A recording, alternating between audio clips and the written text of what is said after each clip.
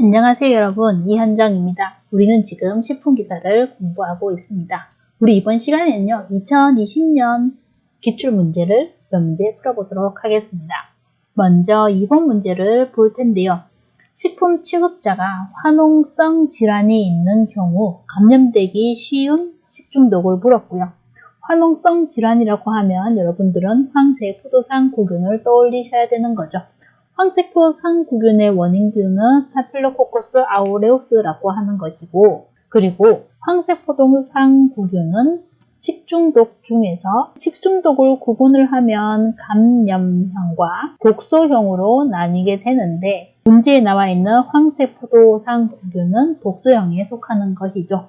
그리고 독소형에 속하는 것이니까 독소 이름도 같이 기억을 해두면 좋겠죠. 그 이름이 엔테로톡신. 그리고 독소형으로 여러분들이 대표적으로 두 가지를 기억을 해두시면 도움이 되는데, 하나가 황색 포도상 구균, 그리고 또 하나가 보툴리뉴스균입니다. 보툴리뉴스균의 원인균은 클로스트리디움 보툴리늄이라고 하는 것이고요. 그 독소 이름은 뉴로톡신이라고 하는 것입니다. 다음 문제는 3번으로 가볼까요? 감염을 예방하기 위해서 은어와 같은 민물고기 생식을 피하는 것이 가장 좋은 것. 은어라고 하면 여러분들이 요코가와 흡충을 떠올리시면 됩니다. 간디스토마는 다르게 얘기하면 간흡충, 페디스토마는 폐흡충이라고 얘기를 하는데요. 간디스토마의 경우에는 제1중간숙주가 외우렁이, 제2중간숙주는 담수어, 다르게 얘기하면 민물고기인 것은 맞는데 얘는 붕어, 잉어 같은 것이 되고요.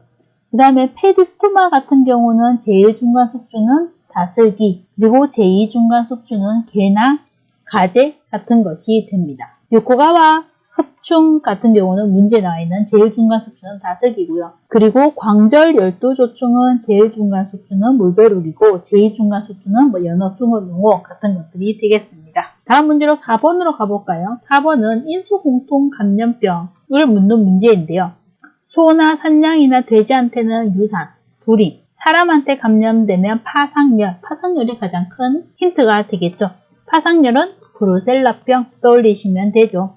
영어로 하면 브루셀로시스라고 합니다. 그리고 브루셀라증 원인균으로는 브루셀라 알버투스가 가장 대표적인 것이 되겠죠. 그리고 보기로 나와 있는 것은 모두 인수, 공통, 감염병이 되겠습니다. 다음으로 7번으로 넘어가 보겠습니다. 7번으로 보시면 문제는 깁니다만 힌트는 딱 나와 있습니다.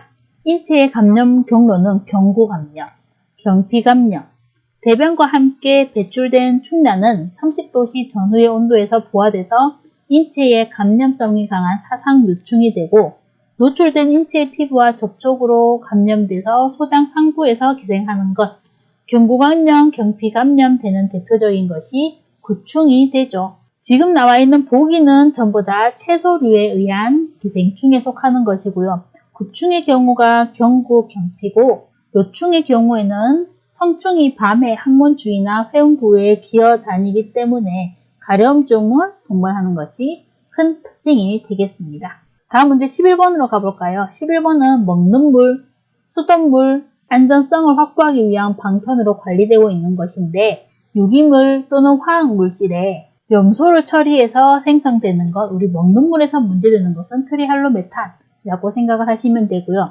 니트로사민 같은 경우는 아민류와 아질산염이 만나는 건데, 어떤 조건에서? 산성 조건에서 반응하면 니트로소 화합물인 니트로사민이 만들어지는 것입니다. 다환 방향족 탄화수소는 유기물이 불완전 연소가 되어서 생성되는 부산물인데요. 그 대표적인 것으로는 벤조피렌이 있죠. 다음 문제는 15번으로 가보겠습니다. 대장균을 확인 실험을 하는데 관로 안에 알맞은 내용을 찾는 것이고요. 최확수법에서 가스 생성과 형광이 관찰된 것은 대장균 추정시험 양성으로 판정하고, 이제 확인시험을 뭐 하죠? 확인시험은 추정시험 양성으로 확정된 시험관으로부터 이러한 배지를 사용을 해서 배양을 해서 정형적인 진맥을 관찰하고 그람 염색을 하고 인빅 시험을 하고, 그리고 유당으로부터 가스 생성 등을 검사해서 최종 검사를 하게 되죠. 대장균은 이 먹의 시험도 하게 되는데요. 그때는 형광이 관찰이 되고 가스를 생성을 하고 그람 음성을 보이고 그리고 무압포성 강균이고 인빅 테스트에서 I, M, V, I, C 이렇게 보거든요. 인빅 테스트는 인돌 테스트를 의미를 하고 M은 메틸레드 테스트를 의미를 하고 V는 보거스 테스트를 의미하고 C는 스트레이트 테스트를 의미를 하는데 여기서 결과는 마이너스의 결과를 나타내게 됩니다. 그래서 여러분들은 이 대장균이라고 하는 것은 유당을 분해해서 가스를 생성을 하는 그람 음성의 무압포성 강균이고 인빅 테스트 시험에서 마이너스의 결과를 나타낸다 라고 하는 것을 기억을 해두시면 좋겠습니다. 다음은 20번 문제로 한번 가볼까요? 20번 문제를 보시면 도자기, 범람기구, 단순 연결 문제이긴 합니다. 도자기나 범람기구에서 문제가 되는 것은 납이 되겠습니다. 다음 문제는 우리 3번 문제로 한번 넘어가 보죠. 3번 문제 보시면요. 집단급식소, 식품 접객업소, 운반급식의 관리로 적합하지 않은 것인데요.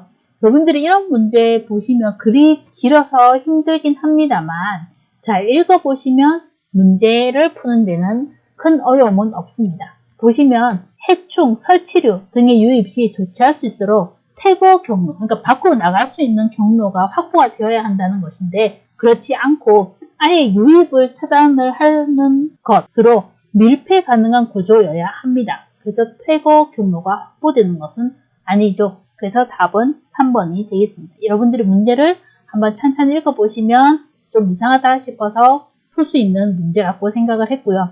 여러분들이 맞는 것은 한번 읽어두시면 좋겠죠. 다음으로 6번 문제로 넘어가 볼까요? 아크릴 아마이드에 관한 문제인데요. 아크릴 아마이드 같은 경우는 식물성 식품, 그러니까 전분이 많은 식품에서 고온 조리할 때 문제가 되는 것이라는 개념을 알고 계시면요. 탄수화물이 많은 식물성 식품보다는 단백질이 많은 동물성 식품에서 많이 발견된다 라는 게 아닌 것을 알 수 있죠. 그래서 아크릴 아마이드의 대표적인 식품으로는 나초칩이나 아니면 감자튀김 같은 것을 그 예로 들 수가 있습니다. 다음으로는 우리 12번으로 한번 가보겠습니다. 인수공통감염병에 관련된 문제인데요.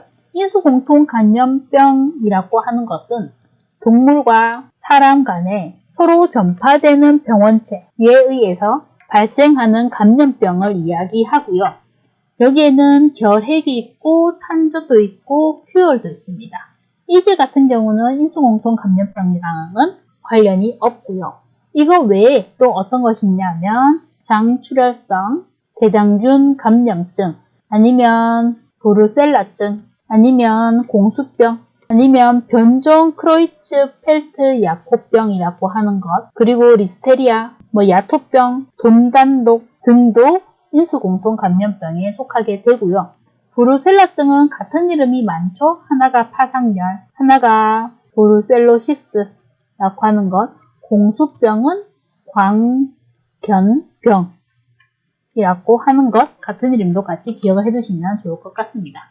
다음 문제는 우리 14번으로 가볼까요? 채소로부터 감염되는 기생충. 여기서 채소로 문제가 되는 것은 해충이 되겠습니다. 폐흡충 또는 페디스토마의 제1중간숙주는 다슬기고요. 제2중간숙주는 가지나 개가 됩니다. 무구조충 또는 민촌충이라고 하는 것은 소고기에 의해서, 선모충은 돼지고기에 의해서 발생할 수 있죠.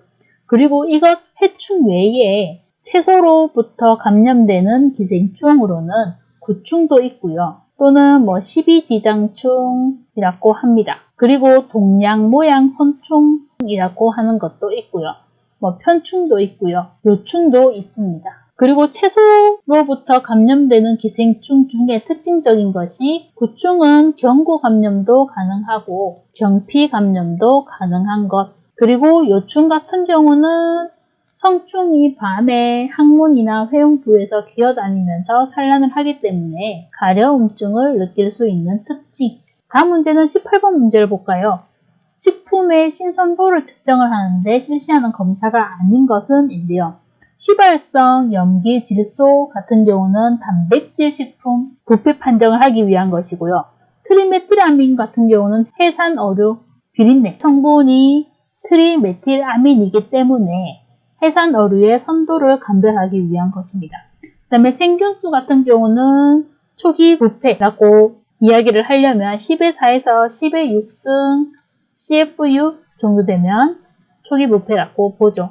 당도 측정이라고 하는 것은요, 보통 굴절계 측정법 원리에 대해서 얘기를 하자면 설탕의 다른 이름은 자당, 농도에 따라서 밀도의 변화를 굴절계를 이용해서 측정을 하기 위한 방법입니다. 그래서 여러분들이 굴절 당도계를 보시면 예를 들면 0에서 20브릭스까지 되는 것을 본다고 하면 안에 눈금이 있고 0부터 20까지 눈금이 그려져 있거든요. 그래서 아무것도 없을 때 보면 그냥 다 흰색으로 보이고요. 여러분들이 물, 증류수 같은 것을 떨어뜨려서 0이 되는 것을 확인을 해야 되겠죠. 그러면 0 밑으로는 푸른색으로 보이게 됩니다. 그리고 시로를 떨어뜨려서 보면 어떤 경계선까지 해서 푸른색 정도로 보이고 위에는 흰색으로 보이게 되는데 여러분들은 이 경계선을 읽어서 지금 시료가 몇 브릭스다 라고 읽게 되죠. 그러니까 말 그대로 가용성 고형분 또는 당도를 측정하기 위한 것입니다. 다음 문제는 우리 1번으로 가볼까요? 또 채소류를 매기해서 감염되는 가능성이 가장 낮은 것을 보고 있습니다. 이것은 선모충이죠. 선모충은 돼지고기로 인한 것이죠. 구충, 편충, 회충 전부 다 채소류에 의한 것이고 이것 외에는 회충도 있고 묘충도 있습니다. 그리고 구충은 경고감염, 경피감염까지 가능하다는 것이 그 특징이 되는 것이고 묘충 같은 경우는 성충이 회음부 아니면 항문을 기어다니면서 산란을 하기 때문에 가려움증이 있는 것이 그 특징입니다. 다음으로 그냥 2번 한번 가볼까요? 2번에 보시면 원재료에는 존재하지 않는데 가공 처리 공정 중에 유입 또는 생성되는 위의 인자가 아닌 것을 묻고요. 트리코테신 같은 경우는 곰팡이 독소이므로 원재료에 존재하는 것이라고 보시면 되죠.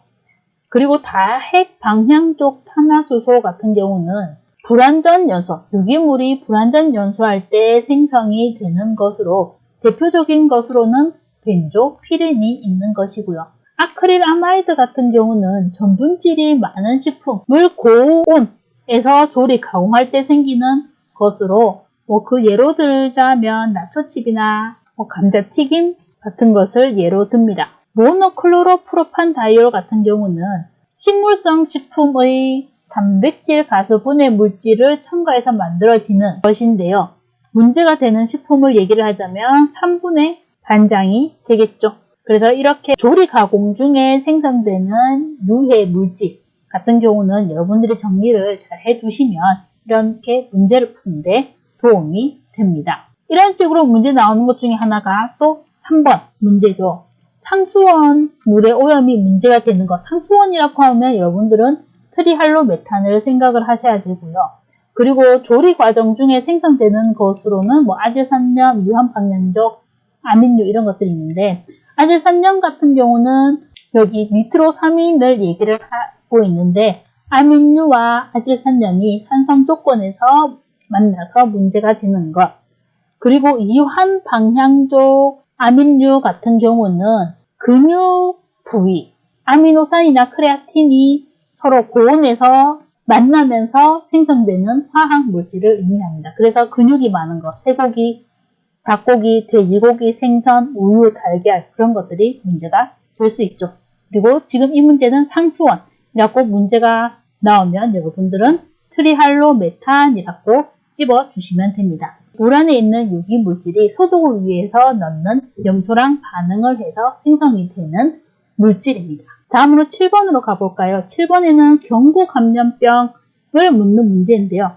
이렇게 경구감염병과 식중독 차이를 묻는 문제고요. 보통 2차 감염으로 많이 나오고 있는데 2차 감염이 거의 발생하지 않는 것은 뭐죠? 식중독입니다. 경구감염병은 2차 감염이 빈번한 것. 그래서 이 차이를 여러분들이 잘 기억을 해두시면 문제 푸는 데는 크게 어렵지 않은 것. 2차 감염이라고 하는 것은 내가 병에 걸렸고 나로 인해서 그 병이 옆에 있는 다른 누군가에게 전파될 수 있는 것. 그것을 우리는 2차 감염이라고 이야기를 합니다. 다음 문제는 10번 한번 볼까요? 잔류성 및 체내 축적성이 크게 문제가 되는 농약. 잔류성 큰 것을 묻는 것인데요. 농약을 공부를 하면요. 유기인재와 유기염소제를 구분을 해서 기억을 해두시면 좋습니다. 유기인재는 제가 인재 죽었다라고 책에도 설명을 드렸었는데요. 유기인재는 그만큼 맹독성이 강합니다. 하지만 잔류성은 약하죠. 그래서 급성 독성과 관련이 있습니다. 그런데 유기염소제 같은 경우는 만성 독성과 관련이 있거든요. 서로 반대로 생각을 하면 되는데 만성 독성과 관련이 있으려고 하니 이것은 잔류성이 큽니다. 그리고 저독성이 되는 것이죠. 그럼 다시 문제로 와서요. 여기서는 축적성이 크게 문제가 되는 농약과 거리가 먼 것을 물었고요. 이것은 유기인재가 되겠죠. 유기인재는 맹독성, 축적성은 다르게 얘기하면 잔류성은 낮고 급성 독성이 문제가 되는 것. 다음으로 13번 문제로 가보겠습니다. 방사선 조사와 방사능 오염에 관한 것인데 이거 여러분들이 그걸 구분하셔야 되는데 방사선 조사, 방사능 오염. 지금 문제는 방사능 오염에 관련된 문제입니다. 방광기가 길어서 문제가 되는 것. 그것은 세슘과 스트론튬이죠. 요오드 같은 경우도요, 문제가 되기는 합니다. 이것은 방광기는 여러분이 문제 풀다 보면 방사능 오염에 대해서 얘기를 하면서 방광기는 짧으나 뭐 우유에서 나온다 아니면 생성량이 많다 이런 식으로 나오면 요오드가 답이 되는 경우가 많죠. 방사선 조사 같은 경우는 코발트를 이용을 하게 됩니다. 다음 문제로 우리 17번으로 한번 가보죠. 17번에 가면요. 관능 개선을 위한 식품 첨가물이라고 이야기를 하는데 여기서 거리가 먼 것은 유화제고요. 여러분들이 관능이라는 개념을 알고 계시면 쉽게 풀 수 있는 문제기는 했습니다. 관능이라고 하는 것은 사람의 오감이나 감각기관의 작용을 이야기를 하는 것인데요. 뭐 시각이나 청각이나 아니면 촉각이나 미각이나 아니면 후각 같은 것들이 관능에 속하게 되고요. 그래서 향, 산미료는 맛, 감미료 맛 관련된 것이죠. 그래서 정답은 3번이 되겠습니다. 그럼 여러분들 이렇게 해서요. 우리는 2020년 기출문제를 몇 문제 풀어보았습니다. 정리 잘 하시고 여러분들의 합격을 기원하겠습니다.